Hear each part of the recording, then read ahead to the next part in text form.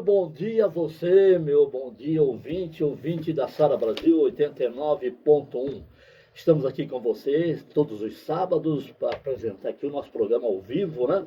E como sempre, né, uma grande atração, a gente trabalha todas as semanas, né? Todo dia da semana a gente procura trazer pessoas que contribuem bastante através do nosso programa, como a voz da comunidade. E hoje, a voz da comunidade, né, vamos trazer aqui assuntos sobre folclore dos manezinhos da ilha, folclore de Floripa, né? É um folclore muito forte que você já acompanhou, seus pais, seus avós acompanharam no passado.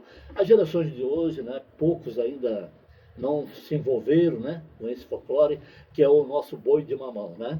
Então eu quero primeiro desejar a você e a sua casa, a sua família, tudo de bom. Que seja um dia abençoado, que Deus prospere tudo que vocês fizerem, Deus prospere os seus negócios, sua família, Deus proteja, né, seus filhos, enquanto você estiver aqui com a gente, estiver, né, ouvindo a gente, de onde você estiver, né? Aí na sua casa, no seu carro, no seu trabalho, até mesmo no hospital você está aí, mas tem que ter fé, né? Temos que ter fé porque tudo passa, tudo a gente vence na vida, né? Basta a gente ter esse Deus maravilhoso, Deus que nos dá essa condição. Deus nos dá esse talento, nos dá essa força para a gente realizar o nosso propósito aqui na Terra, né?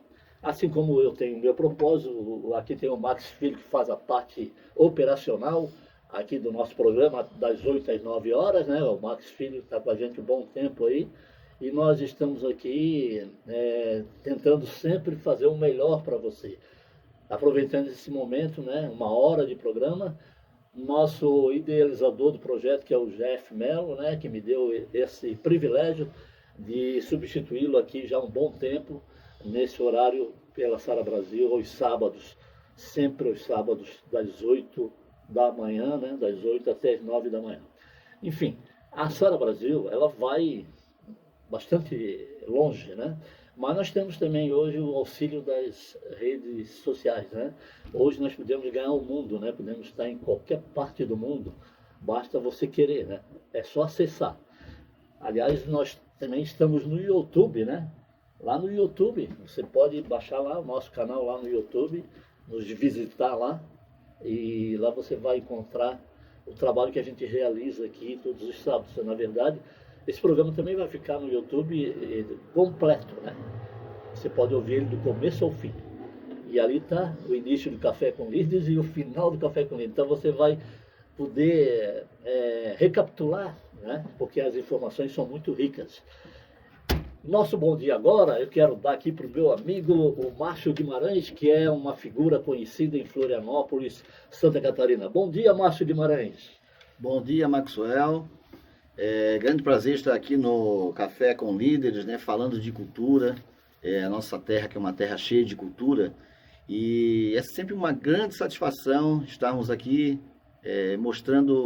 trocando ideias, né, batendo um papo, né? Todo mundo tem a sua contribuição a dar, né? Às vezes eu fico assim na praça, vendo aquelas pessoas passando, vejo aquele velhinho, bem velhinho passando, e eu fico perguntando comigo, quanto de cultura aquele senhor ali não deve carregar, de experiências, de informações, né?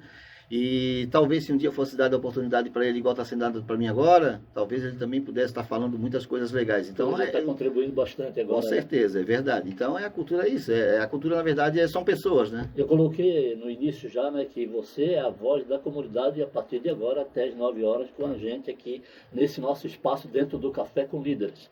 Nós temos esse momento que é o nosso quadro, né? A voz da comunidade. Então, hoje, a nossa voz da comunidade é você, Márcio Guimarães. Você tem todo esse tempo para você passar as ricas informações que você tem ao longo da sua vida, né? Eu sei que a sua trajetória vem de muito longe, você começou com 5 anos de idade, não é verdade? O Márcio Guimarães é um exemplo. O Márcio Guimarães, ele é brincante de boi de mamão desde os 5 anos, como eu falei, né? Mestre premiado em cultura popular, é formado em administração em marketing, né? E também pedagogia, né? Músico, artista plástico, educador social e tem como missão repassar às crianças tudo o que aprendeu pelas ruas de Florianópolis. Não é isso, Márcio? O Márcio, atualmente ele atua como professor de boi de mamão e continua, né, como professor ensinando as crianças, sim, né, sim. Preparando as novas gerações, né, futuras gerações. Como professor, mas também como um aluno, porque a criança também traz informações. A gente nunca novas. deixa de ser, né, um aluno, né, porque nós sempre vamos ter que aprender. A vida ensina todos os dias para a gente, né, todo dia é um novo dia, né, e nunca vamos nos cansar de aprender, né. Quer dizer, a gente quando ensina, a gente aprende também, né, não é verdade? Com certeza. E você defende também, além, não é só a criança, mas é o jovem de um modo geral, né? Os adultos também, né? Que tudo isso é muito rico porque a família, né? Tem ali o adulto, tem ali a pessoa meia-idade, terceira idade, tem a pessoa, o jovem, pré-adolescente, adolescente, né? Tem a criança, né? E, enfim, os bons exemplos, né? Os bons costumes, bons princípios, né? Valores. Aliás, você defende que essa brincadeira do boi de mamão é a melhor do mundo, né, Márcio Guimarães?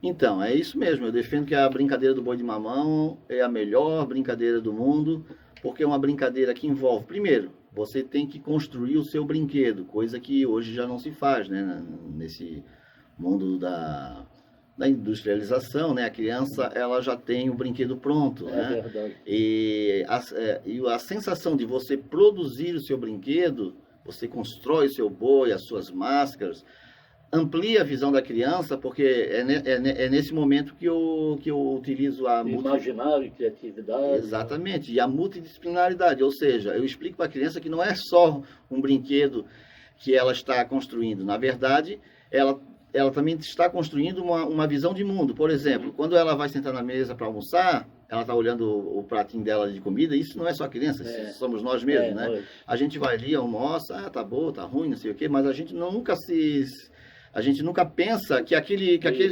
arroz que está ali foi plantado por alguém, foi carregado nas costas, alguém teve que botar lá no caminhão, o outro levou para o container.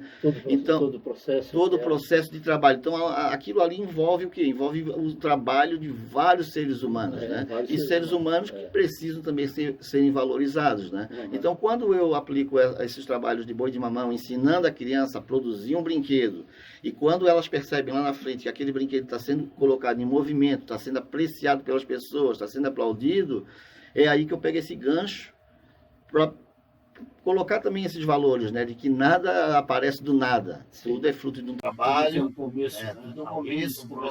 Exatamente. Então, e é um coletivo, né? Na verdade, como você fala, né? É isso aí. São muitas mãos, né? Muitos braços, na verdade, muitas pernas. Sim, então, é verdade. Então, quando eu digo que a melhor brincadeira do mundo é o boi de mamão, porque ele permite isso, essa construção. Aí ele vai trabalhar o quê? Ele vai trabalhar a musicalidade, ele vai trabalhar o teatro, né? São as cantigas, a improvisação, aquela criança que tem dificuldade de se comunicar, ela se vê naquela condição assim, poxa, eu quero brincar também. Mas eu tenho vergonha, então ela vai usar uma máscara, ela vai usar a máscara do urso, do macaco. Então, são maneiras que ela vai conseguindo se soltando aos poucos até o ponto que ela diz assim, não, agora eu quero ser um vaqueiro, porque eu acho que o vaqueiro tem mais destaque, todo mundo conhece ele, ninguém me conhece, eu estou sempre com uma máscara. E isso são experiências que a gente vai aprendendo, né, ao longo aí de profissionalmente há 30 anos que eu trabalho em escolas, instituições, né? A vida vai mostrando pra gente, né? Exato. Que a gente é capaz, né? É isso mesmo. E quando eu iniciei lá, digamos, a me dedicar para as escolas, montando grupos, eu também não sabia de todas as possibilidades. São possibilidades que tu vai descobrindo. Porque, claro, tu também não tens que parar de se informar, de estudar, de pesquisar. Então, eu comecei a notar que não é só uma tradição, que também é importante, que é legal. Coisa por trás disso, né? Então, são ferramentas que tem ali, dentro dessa cultura, que ainda não caiu ainda nos olhos das universidades, por exemplo, né? Que muitas pessoas veem a cultura popular como uma coisa menor, né? E na verdade, não é. Mas você sabe que, falando de arte, falando de cultura, assim, né, da parte de arte, seja música, seja folclore, assim, de uma forma, de modo geral, né? Eles não davam muito valor, até o músico não era muito considerado no passado, né? Sim. Eles achavam que era coisa de preguiçoso, de pessoas que não queriam nada com trabalho, enfim, né? Era só para ficar ali passando o tempo dele, mas não vive isso como uma fonte de renda, nada, né? Muitas coisas tivemos que quebrar isso, né? Essa coisa, vencer isso, né? E ainda se vence, né? Ainda se é uma luta árdua, né? Que existe aquela coisa, aquela ideia estigmatizada, né? Que o artista é alguém que não tem nada a oferecer, não tem nada, né? não Mas tem na verdade talento, a gente tem que entender que o flautista talvez ele não alimente mas ele alimenta a alma da gente, né? Então cada profissão tem o seu valor, né? E é claro, aquele que desenvolve a sua profissão, ele também tem que ter consciência de se dedicar ao máximo, doar ao máximo. Sim. E aí entra também, né? Hoje entra também a expertise da pessoa, de entender que ela está no mundo moderno, que ela tem que se inteirar sobre as tecnologias que existem, né? Para poder também viabilizar aquilo que ela sabe fazer. Às vezes eu conheço músicos, por exemplo, tenho vários amigos músicos, né? E muitas vezes é a mesma choradeira. A choradeira deles tá difícil, que falta isso, de que aquilo, apoio, falta de apoio. Mas aí eu digo, mas já contasse quantos bares que tem na cidade? Pois é. Nunca contei. Já contasse quantos que tocam samba? Já tocasse quantos que abrem? E nesse que tocam samba, quantos dias que eles tocam? Os 7 dias da semana não é só um dia. Então, às vezes, se a pessoa não fizer conta, às vezes, uma matemática, ela vai ficar presa dentro de um buraco que ela não vai... Aí ela começa a se vitimizar, digamos assim. Ela vai se diminuindo. E na verdade tu tens acesso às coisas, tu tens que entender, assim, foi o que aconteceu comigo, né? Se eu fosse hoje, eu sempre tive grupos de boi de mamão de comunidade, né? Mas eu queria viver do boi, eu queria viver daquilo ali. Mas os 5 anos de idade foi o início do que você começou a se envolver? Exatamente. Criança, assim? Então, eu tive o privilégio de nascer aqui em Florianópolis, eu tive o privilégio de nascer no Morro do Céu, aqui no centro de Florianópolis, que tem um boi de jaqueta. Assiste o Morro da Cruz. Exatamente, aqui é bem abaixo das antenas ali. Exatamente. Então, ali uma comunidade de muita tradição, um famoso boi de jaqueta, que era do seu Aldinho. Jaqueta era uma pessoa ligada à música também, ao carnaval, né? À religião, e muito carismático. Então, ele fazia o papel do Mateu, do boi de mamão, ele acabou sendo reconhecido como o boi que era do seu Aldinho, o boi de jaqueta, do Morro do Céu. Então, claro que eles também pegaram o bastão que alguém entregou lá atrás, né? Mas também depois ele entregou, aí o Catuto, que também era meu vizinho, fez o boi, comprou o boi de jaqueta quando acabou. E isso foi passando de geração para geração. E eu consegui pegar durante os anos 70 e parte dos anos 80, como criança, toda essa bagagem. Foi aí que a gente conseguia, a partir dos meses de dezembro a fevereiro, sair às ruas de Florianópolis, naquelas imediações ali, com 11 anos, até os 14 anos de idade eu brinquei. E a gente saía oferecendo todas as noites, né, o boi pelas ruas, né?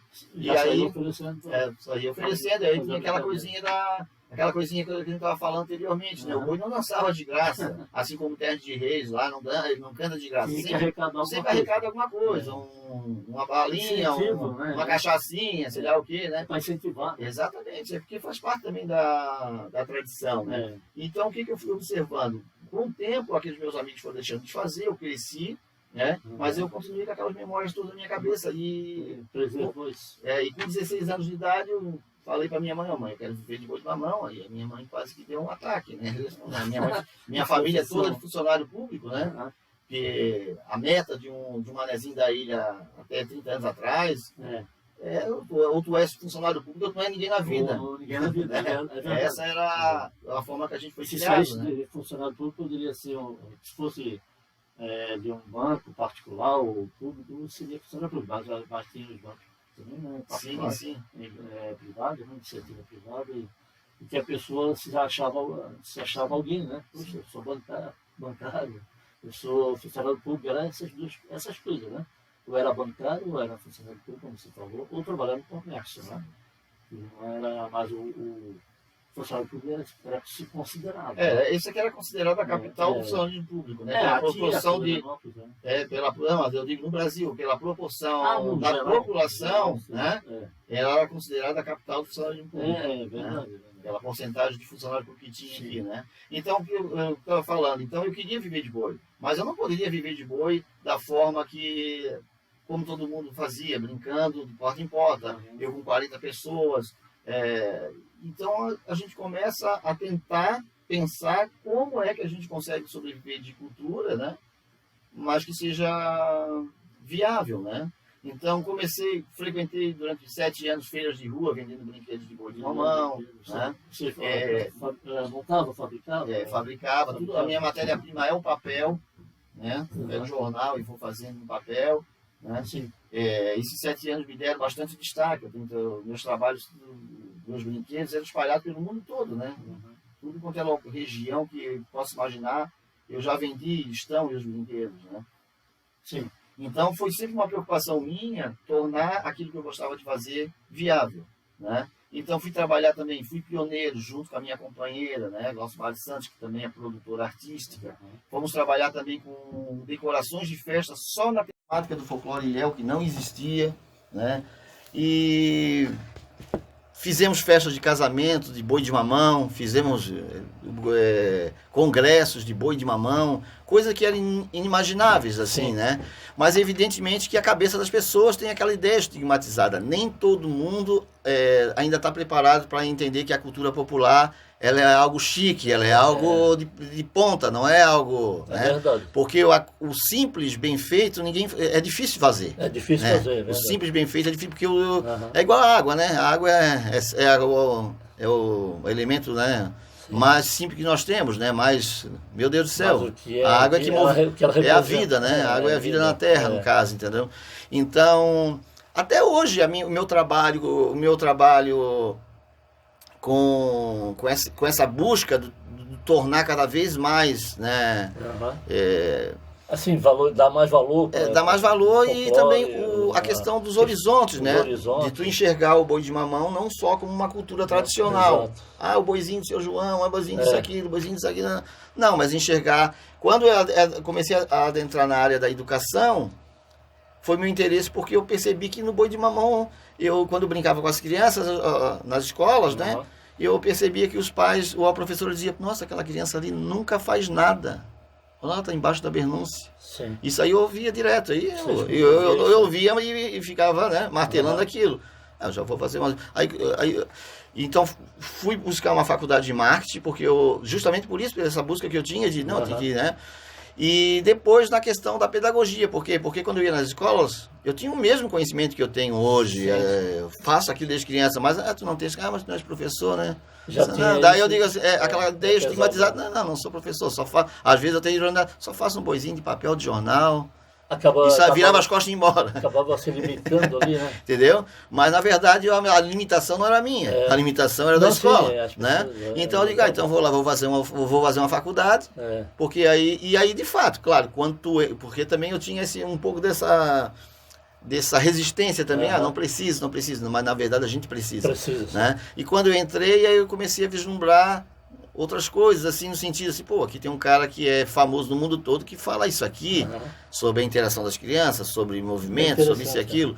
E aí eu comecei a dizer, eu vou começar também a buscar todo o meu conhecimento e mostrar que... Você sentiu necessidade disso, né? Sim. Claro. E aí tu começa a ser mais respeitado, né? E voltando àquela questão do músico, que eu estava falando para vocês, meus amigos, vocês têm que encontrar um nicho de mercado que tu consiga continuar fazendo o que tu faz. É verdade. Mas de repente sendo mais útil, né? Porque às vezes as pessoas elas focam assim, vou focar naquele artista lá, ele nasceu assim, ele foi assim, então eu quero ser igual. Não, ele viveu em outra época, e cada um também tem o seu destino, o seu caminho, e as pessoas às vezes elas focam nisso e acabam a maneira da gente contribuir, a gente ser diferente, ser algo que possa ser considerado contribuição, né? Na verdade, com certeza. Você tem que ser um novo, né? Tem que ser, não é fazer repetição de uma coisa que já existe, né? Quer dizer, tudo na natureza falam que tudo já existia, né? Só é copiado, né? As pessoas vão aperfeiçoando, então. Mas eu acho que a gente tem um propósito, né? Cada um de nós tem um propósito. A gente ganha talentos, né? Deus, ele permite que a gente tenha esse talento, né?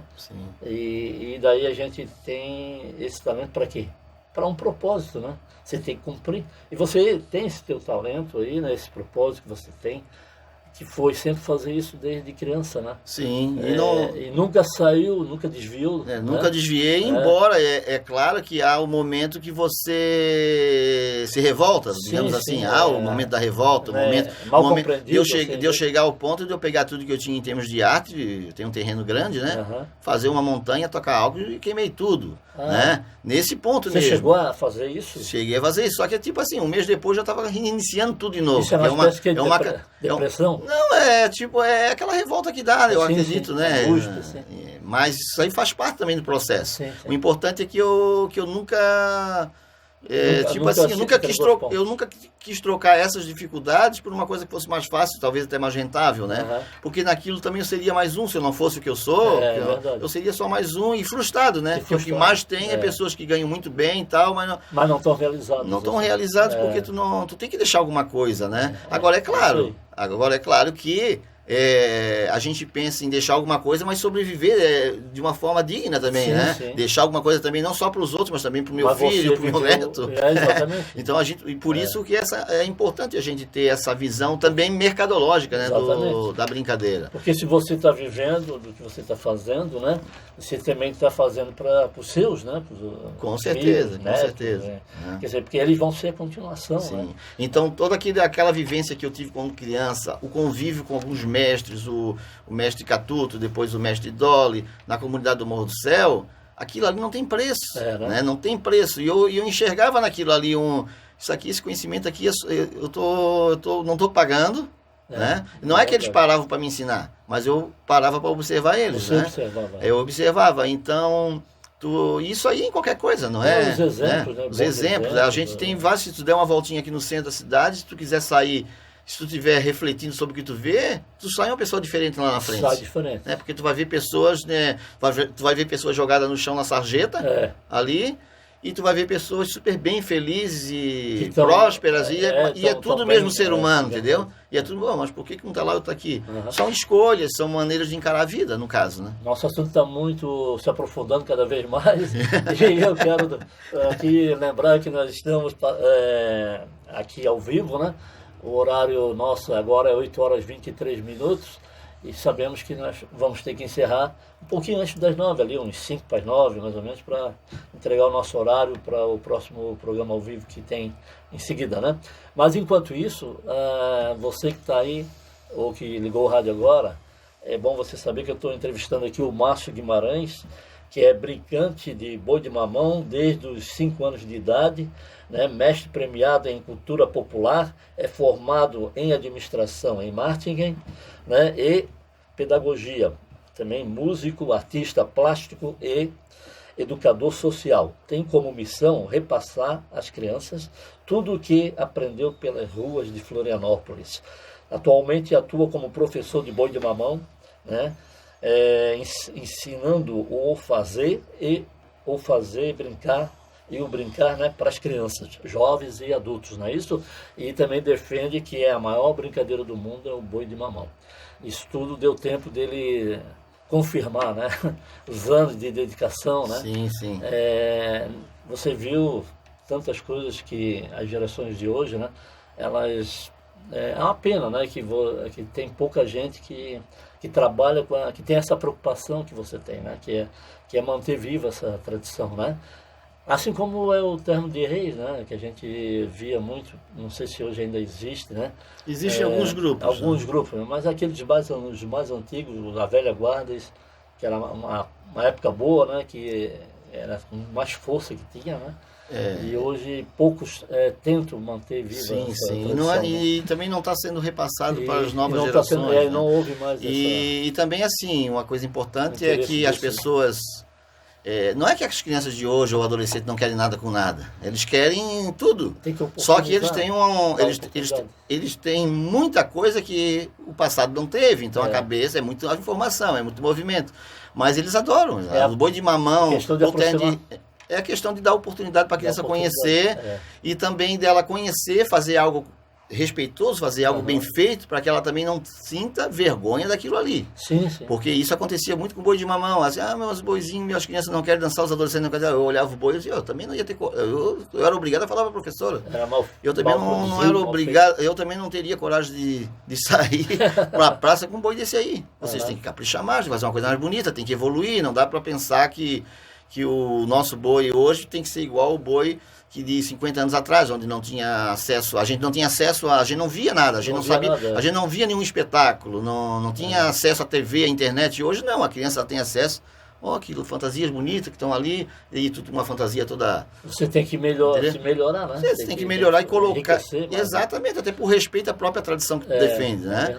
Tu tem que... Tudo isso tudo tem que estar ali, tipo, equilibrado, né? Todas essas questões. O boi de mamão é maravilhoso, mas ele tem que estar equilibrado. E quanto ao boi de mamão de Itacorubi, que a gente sempre ouviu falar também, Itacorubi, o que é que você me fala assim, sobre o Itacorubi? Então, o boi de mamão do Itacorubi... A fama do Itacorubi, então, assim, nos anos 80, né? Nos anos 80, eu me lembro, eu era criança ali, digamos que o boi de mamão do Itacorubi e o boi de mamão do Pantanal, eles seriam, tipo assim, o Barcelona e o Real Madrid do boi de mamão, né? Eles viajaram, inclusive, tiveram, inclusive...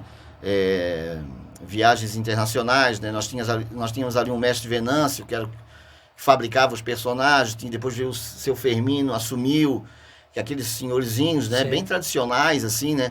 O boi do Itacorubi, hoje ele está lá, mas está enfraquecido. Se você for observar, é o que eu estou falando, se você for observar, os personagens são daquela época. Você poderia até ter eles guardados em algum lugar. Mas são personagens pesados, tipo, super pesado, uma criança não consegue levantar aquilo ali. Então, e aquele jovem que antigamente dançava, ele casou, já está velho. Não tem nem mais condições. Não tem mais condições, também não tem mais interesse. Ele quer ir para a praia, entendeu? Então, essas adaptações que eu vejo que precisam ser feitas, entendeu? Então, assim, uma tradição daquela ali, ela não poderia ficar... Não pode deixar morrer. Para não morrer, ela tem que se modernizar, sem perder o fio da essência do negócio, né? Claro, né? Mas ela tem que se modernizar. Um dia eu estava numa reunião, há um tempo atrás, já faz um tempo, na verdade foi antes da pandemia, e estavam reunidos os mestres de boi. Hoje são poucos, 10 grupos ou 12 grupos no máximo. Também não só em Florianópolis, né? Existe em Itápolis também, não? Sim, em algumas cidades existem espalhados, né? Lugares, mas em Florianópolis está o núcleo que está, mas são poucos, são 12 grupos mais ou menos de boi de mamão. Nós estávamos ali discutindo, né, com as autoridades, né, porque nós temos uma tradição, que nós somos muito fortes. A gente é forte, mas a gente está fraco. É forte. Aí eu dizia assim, vou dar um exemplo pro senhor, se cair um avião aqui em cima de nós agora, explodir uma bomba nessa sala, acabou o boi de mamão em Florianópolis. Porque o boi de mamão, daquele boi ali, depende daquele seu João ali, que tira dinheiro do bolso para poder mandar, aquele ali, aí eles achavam que eu estava sendo inconveniente, mas eu estava falando uma verdade. Eu estava alertando já. Exato, eu estava falando uma verdade, entendeu? Então, quando eu tinha esses bois de grupos tradicionais, eu vi que eu tinha muito mais a contribuir se eu saísse desse cenário ali e fosse montar bois com as crianças, né? Que é o que eu faço hoje num programa que atualmente eu trabalho, né? Entendeu? Programa. Então, eu conheço todos eles, a lamúria deles é a mesma. Mas é difícil, não tem ônibus, não tem... Entendeu? E às vezes o próprio boi Itacorubi, uma vez eu falo, por que o boi Itacorubi não abre para a comunidade? A família quer participar, quer dançar, por que os bois não abrem para a comunidade, né? Eu tinha uma dificuldade muito grande quando eu tinha, em 1998, foi o último grupo tradicional que eu fiz aqui no Morro do Céu, né? Mas não estava funcionando, o pessoal não pegava firme igual a mim, não tinha a mesma visão, o grupo não tinha fim lucrativo, mas eu disse, não quero fazer uma coisa feia dessa questão. Então eu investia em material, investia em roupagem, chegava lá... Não estava tendo uma resposta da comunidade. Exatamente. E aí, como a gente sempre teve, eu e a minha a produtora Glauci Santos, né? Vamos fazer um boi, esse boi vai ser só eu e tu, nós vamos cobrar.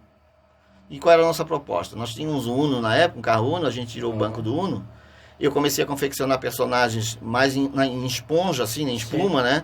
Mas lindos, maravilhosos, bem levinho, para a criança, para um senhor poder dançar.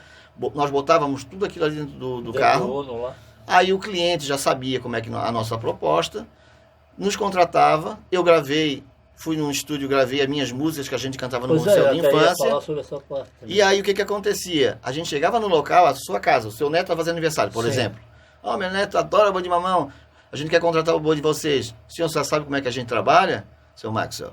Não, como é que é? Nosso grupo é o seguinte, eu chego na casa do senhor, a gente durante meia hora a gente vai ensaiar com os... É o senhor que vai ser o cavalinho, é o seu neto que vai ser... Bem interessante, né? Aí a gente levava o equipamento sonoro, né?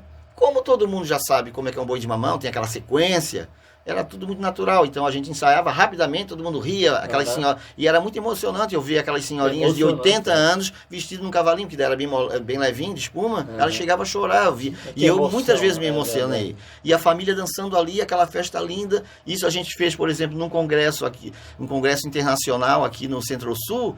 O pessoal veio do Maranhão, por exemplo, nunca tinham dançado num boi. Porque, né, depende muito do núcleo onde tu nasce, né? E aí a gente fez a proposta para eles, eles acharam legal, vamos contratar vocês. E era um congresso que tinha para mais de 1000 pessoas, a gente selecionou 25 pessoas que a gente via pelo perfil que estava mais... Que já né? Chamamos eles ali, vamos ensaiar, tu faz isso, faz isso, faz isso. Entramos lá na apresentação, no meio do congresso, eles tudo fantasiado, né? Eu na figura de vaqueiro, porque daí eu controlava. Fizemos uma apresentação fantástica. E aí eu disse, esse grupo aqui é um grupo de mais de 20 anos. Comecei a brincar, né? Dizendo para eles que é um grupo de mais de 20 anos, com artistas, aí eles tiraram as máscaras e o pessoal aí reconheceu que eram os amigos deles do congresso, entendeu? E assim, saiu igual um grupo. Maravilha. E até melhor, porque a vestimenta, o figurino era outro padrão, tá entendendo? Um padrão de show mesmo, assim, de espetáculo, né?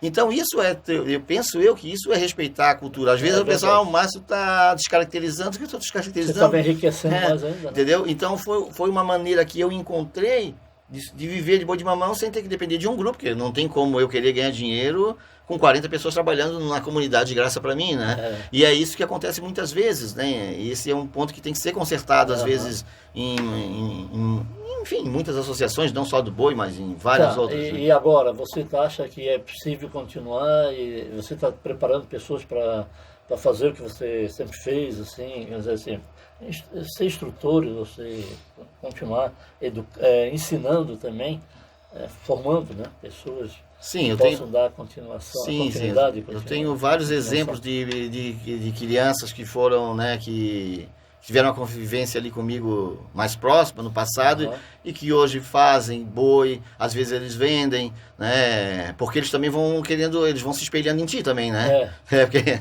eles vão se espelhando em ti, isso é bom, né? Então, eu vejo que tem crianças hoje que são estudantes que chegam para mim, professor, estou fazendo um boizinho em casa, do jeito que o senhor... É muito legal ouvir isso aí. É bom, né? É claro que às vezes para a criança é difícil ela montar um grupo, porque as crianças hoje elas estão muito no videogame, é mais difícil, mas mesmo assim ela está fazendo. Mas é como eu disse para você, não é só a cultura, ali não é só quando eu repasso, eu não estou mais pensando só na tradicionalidade, mas eu estou pensando nos ensinamentos que tu consegue tirar do boi de mamão para a criança, entendeu? Exatamente. Então a criança pode não...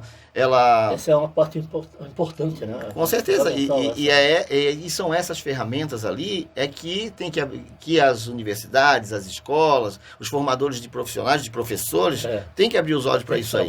Né? Eles têm que entender que o santo de casa faz milagre também. Sim. Né? Porque eu digo assim, se eu fosse um inglês e viesse trazer a cultura do boi de mamão para cá, eu estaria rico hoje. Seria muito mais bem aceito. Não, eu estaria rico. Né? Então, porque a cultura do boi de mamão, na realidade, ela também vem de uma tradição do povo mesmo, da pobreza, não era uma coisa... Da dificuldade. Da dificuldade muito ligada também ao negro escravo no Brasil, né? Por quê? Porque o negro, quando veio para o Brasil, ele já tinha uma relação muito grande na África com o boi, com a criação de boi, né? Então, vindo para o Brasil, for trabalhar nas lavouras, no engenho, isso e aquilo, o que era o boi para ele? O boi Se tem um boi movimentando a engrenagem do engenho, é um trabalho a menos que o negro vai fazer. É um trabalho a menos. Se tem um boi puxando carro de boi para levar a cana para outro lugar, é um trabalho a menos. Então, de uma certa forma, amenizava um pouco aquele sofrimento ali. Então, é nada mais do que justo que naquele momento de 3 dias, 4 dias, lá no final do ano, quando ele negociava com os senhores lá deles, vocês têm 4 dias de folga para o Natal... Nada mais justo que eles homenageassem aquele amigo, né? Sim. Que era o boi. E também toda aquela lembrança que ele trazia do seu local de origem, enfim, né?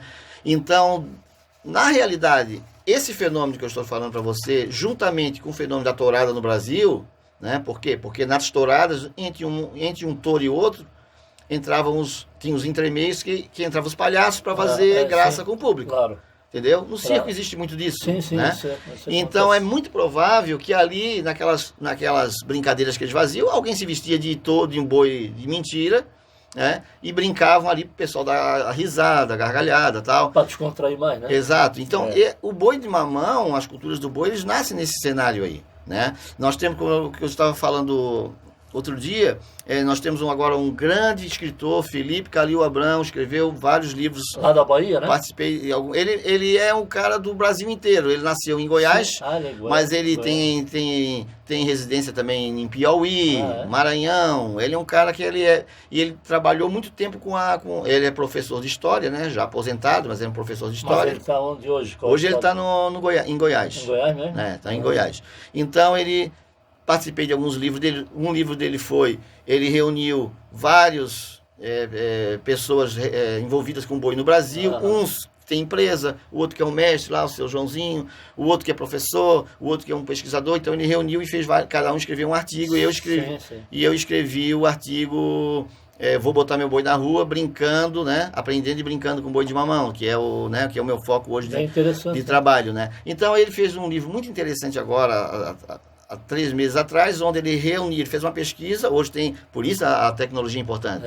Tem hemeroteca, hoje os jornais antigos estão tudo digitalizado no Brasil todo, e aí ele fez uma pesquisa de todas as notinhas de jornais que saíam sobre a brincadeira de boi no Brasil. E aí até então, nós tínhamos uma data que era 1871, que é uma descrição de José Boatê, né? Aqui, que um boi dançou no Palácio do Governo. Então ele observou que tem uma nota muito importante, que é de 1856, um boi dançando aqui no mercado, onde os protagonistas eram negros escravos. Então, um negro vestido de doutor, o boi dançava, aí ele bota ali, né? Tem a descrição.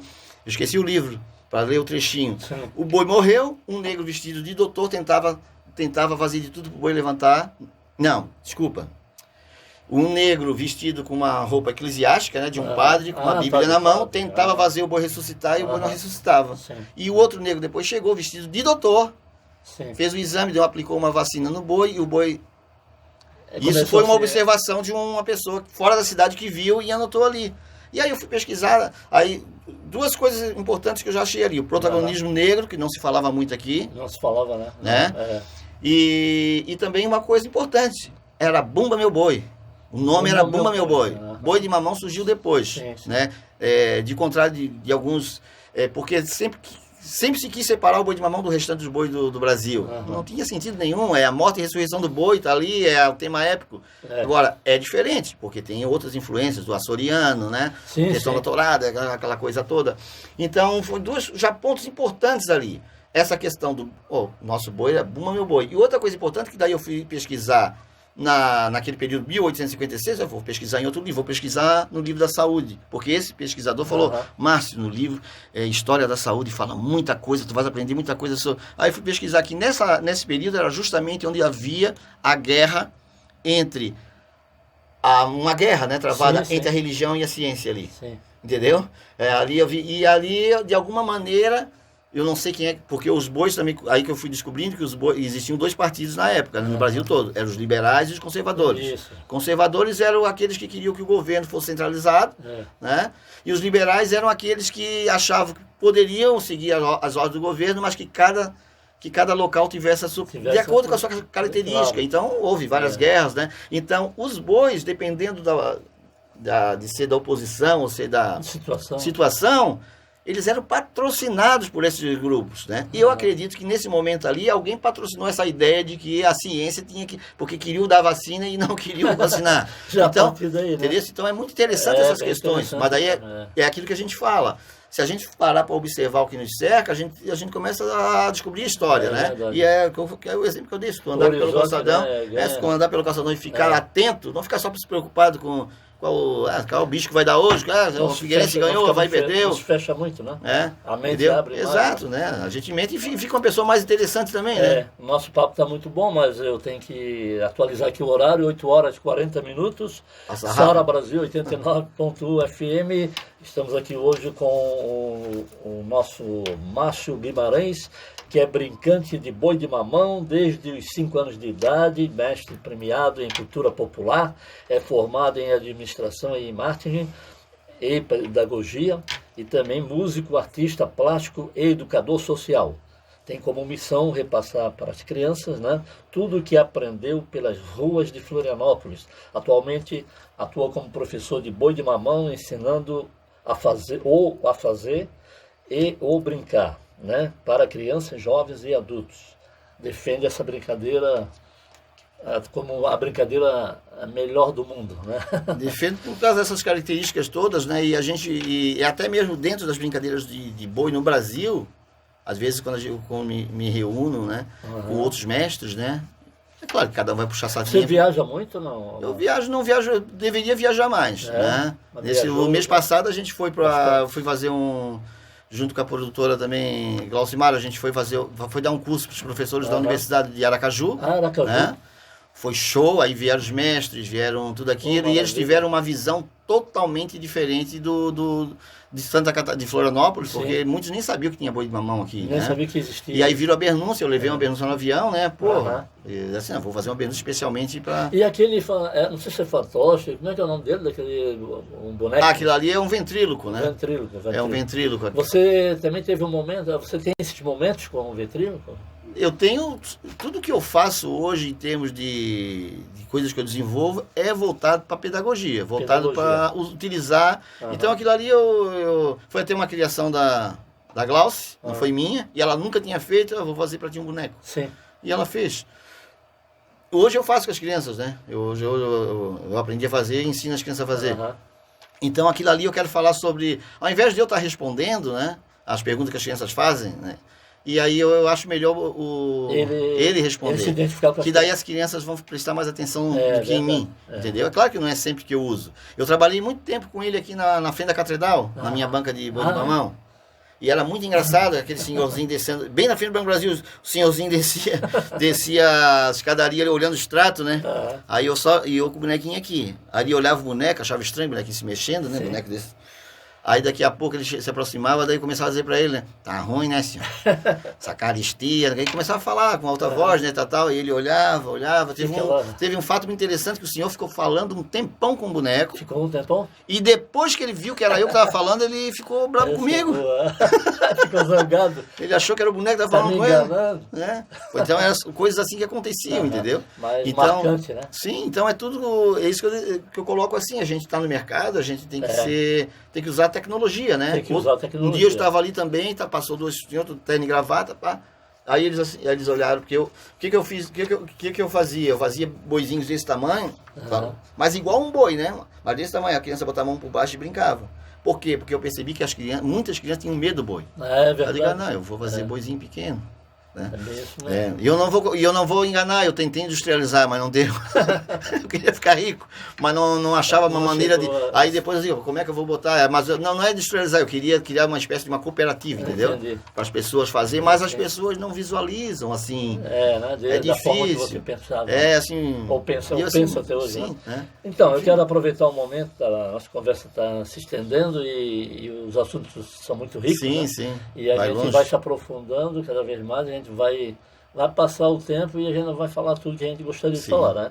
Mas eu queria mandar um abraço também para a Cristiane Maria Correia, que é moradora lá da Servidão Farias, né, do centro, que já participou aqui com a gente, mas também ouve aqui todos os programas que a gente apresenta aos sábados, né, das 8 às 9 da manhã. O Kempner tem em vários lugares, né? A Kempner lá de o Adelmo, Paulo Rossi, Nelson, esse pessoal que eu falei, Kempner, Marcelo, Adelmo, são lá de Alfredo Wagner. Nós temos o seu Nelson, a dona Nilza, lá de Leoberto Leal, o Ronaldo Teixeira de Brusque, né? Ele também participou aqui, professor de judô, né? De muitos anos. E tem Coronel Paixão, tem muita gente que ouve a gente, o Elton, Marcelino, Tem aqui o André Galvão, o Jafé, né? Jeff é o nosso aqui, o Jafé Sim. é outro, é um indígena, né? Ele é formado em Direito, o Márcio Regis, lá de Anápolis. Enfim, porque como a gente está pelas redes sociais, a gente não tem barreiras, né? Com certeza, essa é uma das vantagens da tecnologia. Né? Essa é a vantagem. No caso aqui tem o Anselmo também, aqui da Policlínica Centro da Prefeitura Municipal, aqui, né? A Saúde Municipal. Tem tanta gente que eu gostaria de lembrar de tudo, mas não é possível por causa do tempo, né? Tem o João Maria, em Biguaçu, mas a gente continua lembrando e mandando uns alôs aí em outros programas, né? Não vai dar tudo hoje, mas assim, nós não vamos deixar escapar mais nenhum segundo do que nós estamos aprendendo aqui com o Márcio Guimarães, que é um brincante de boi de mamão, né, Márcio? Mas, Márcio, continua nesse seu palavreado aí, né? Você que tem toda essa riqueza, esse vocabulário a respeito do folclore de Florianópolis, aqui de Floripa, dos manezinhos da ilha. O que mais você acha que poderia lembrar e trazer para a gente aproveitar o nosso tempo, né? Que está se esticando aqui, depois nós vamos ter as nossas considerações finais aqui, né? Sim, sim. Não, então, a gente teve um período da pandemia, né? Sim. Chega até a ser chato ficar sempre falando nisso, mas foi um período que todo mundo se separou, né? Deve ficar recluso e tal, com saudade das pequenas coisas, né? Do dia a dia, de se encontrar com alguém, bater um papo, contato, né? Então, essas brincadeiras, o boi de mamão, ela é justamente o resumo de tudo aquilo que a gente deseja. Que é o quê? Que é se unir com as pessoas, vínculos e os vínculos, as memórias também, né? Que o adulto poder... Que lindo que é quando eu vejo ali um avô lá de cabelinho branco, brincando de boi de mamão com o neto. Ele ali feliz da vida, né? Exatamente. Ele já brincou de boi de mamão e está ali brincando. Quando eu vivia na feira, eu encontrava muita gente, aquele pessoal do Ponto Chique, aqueles senhorzinhos ali, e eu botava a minha música, eu tenho um CD do boi de mamão, né? Até não falando disso, você gravou CD, né? Eu gravei um CD também com fim pedagógico. Por quê? Porque eu não queria ficar refém de um grupo para tocar para mim.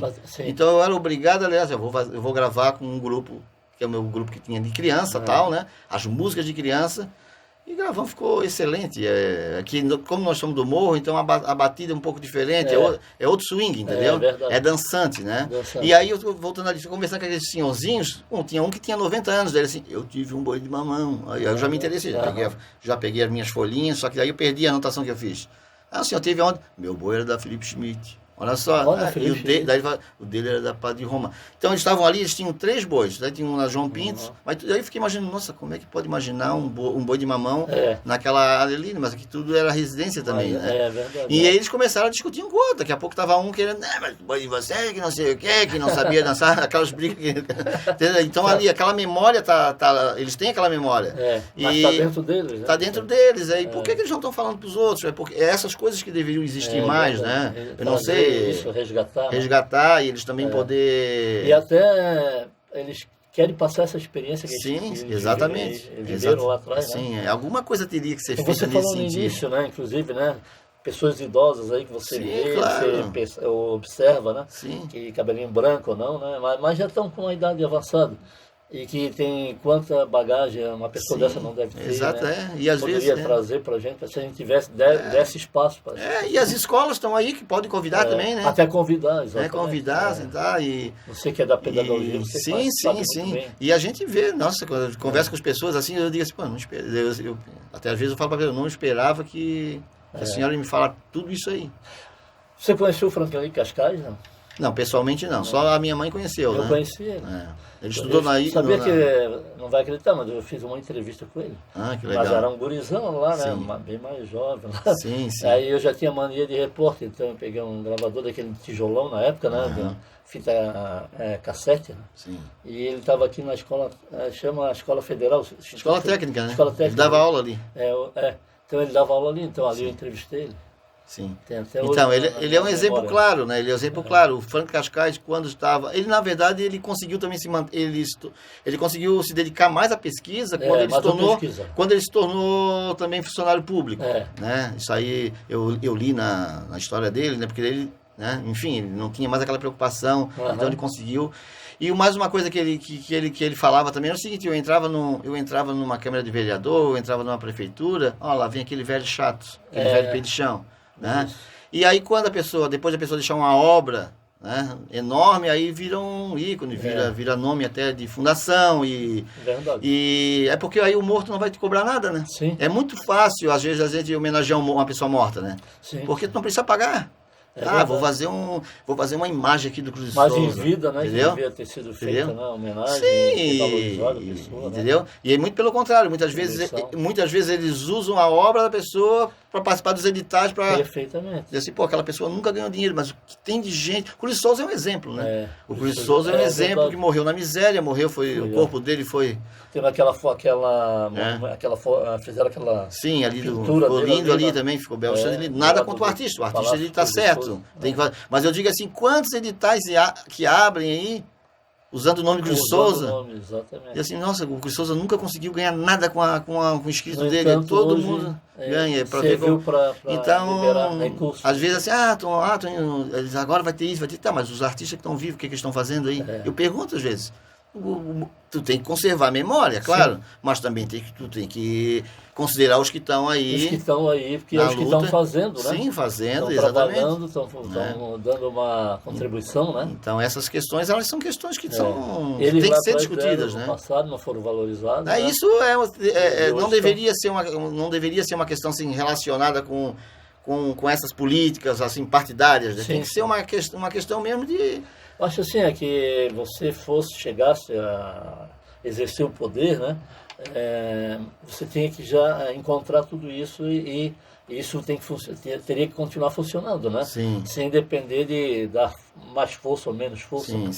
Para que isso tenha mais... Né? Sim, então assim, como eu estou falando, hoje eu participo desse programa da Prefeitura, que é o programa Bairro Educador, né? E é um programa que... Eu vou falar da minha oficina. Eu faço 3 grupos de boi de mamão, no Campeche, no Sambaqui e no Morro da Mariquinha. 3 bois lindos, né? As crianças, enfim, super interessadas. Se eu largar eles agora, eles vão... E vão chorar. Porque hoje, por exemplo, nós vamos se apresentar com o boi do Campeche lá na Costa da Lagoa. Eles vão de barco, vai ter café colonial para as crianças. Então, tudo isso são coisas que são proporcionadas. Então, se eu não tivesse uma estrutura ali do programa... E também do Instituto Escola Cidadã, que é o instituto que faz a contratação, que me contrata, né? Se eu não tivesse aquela estrutura, com aquelas crianças ali, eu não ia conseguir. Não teria condições. Eu teria que batalhar muito mais, entendeu? Mas, então, são essas coisas que não são coisas difíceis de fazer, é só uma boa vontade, entendeu? Vontade política. E a gente espera que, independente de resultado de eleição... que o próximo que venha, se for, que dê continuidade. Preservar, porque aquilo que está dando certo tem que continuar, entendeu? Sim. Isso faz parte, né? Entendeu? É uma coisa óbvia, não deveria ser o contrário. Né? É verdade. 8 horas e 53 minutos, estamos quase que finalizando aqui. Eu acho que está na hora da gente começar já, né? Aí para as considerações finais, tá? Então, o Márcio Guimarães, olha só, 5 horas, eu estou perdido. É que ontem eu fui num evento lá em Camboriú, né? Cheguei 2 horas da madrugada e estou dormindo. Você dormiu? Então, estou cansado. Então, assim, o Márcio Guimarães, vamos para as considerações finais, não vai dar tempo de fazer mais nada, né? E eu gostaria que você, agora, 8 horas e 54 minutos, você começasse a dar o teu finalmente, para os ouvintes. Agradecer ao convite, né? Participar do Café com Líderes. Como eu falei, é sempre um prazer, né? O assunto de cultura, ele aborda, ele tem ramificações, né? Daqui a pouco a gente está falando de filosofia, está falando de qualquer... Porque está tudo ligado, né? A arte, ela inspira o ser humano a esse tipo de caminho, né? Então a gente agradece porque é um espaço que a gente tem para falar da cultura, para falar do nosso trabalho. A gente sabe que as mídias hoje, qualquer tipo de mídia que você vai fazer, não é barato, né? Então, Não é barato, tudo que você consegue transmitir e para um público de qualidade, né? Que é o seu público, com certeza, é positivo, e a gente só tem que agradecer a equipe, né? Eu também te agradeço em nome da Sara Brasil 89.1, aqui em meu nome também, em nome do Max Filho, né? Que operou com a gente aqui, a parte garantiu aqui o melhor som, melhor qualidade, né? Do nosso som, e as imagens que nós estamos registrando aqui, né? Que nós vamos, pelo YouTube você pode voltar a acompanhar tudo que a gente tratou aqui, né, até agora, o assunto que a gente desenvolveu aqui com o Márcio Guimarães. Você vai saber um pouquinho da história do Márcio Guimarães, do que ele contribuiu com a cidade de Florianópolis e com o estado e até com o Brasil, né? Então, mas a gente vai ter outros momentos, né, Márcio? A gente vai preparar. Esperamos. Para uma outra data, né? Quem sabe nós vamos sentar, conversar mais e trazer outros assuntos a respeito quer dizer, mais coisas sobre essa parte, né, do folclore, que é boi de mamão, que é uma coisa que eu também, desde criança, eu vivi isso também, e muita gente que não viveu, mas que a gente pode passar essa experiência, né, para essas pessoas, tá? E tem mais coisas que eu ia fazer aqui para te perguntar, mas daí a gente vai se estender passa muito rápido do horário, o tempo, né? Então eu quero deixar aqui meu abraço, Maxwell Arantes. Um abraço do Max Filho aqui, e mais uma vez agradecer você e desejar sucesso aí, tá? Nessa empreitada aí, nessa tua caminhada. Muito obrigado. Essa tua trajetória de vida, né? Que é muito linda, muito bonita mesmo. E eu desejo isso para todas as crianças, todas as gerações, do passado e a do presente, e as futuras gerações, que elas possam alcançar essa riqueza, tá? De folclore, do que você está preservando, do que você está garantindo isso para futuras gerações. Obrigado. Um abraço, tá? Um abraço e até o próximo sábado. Até.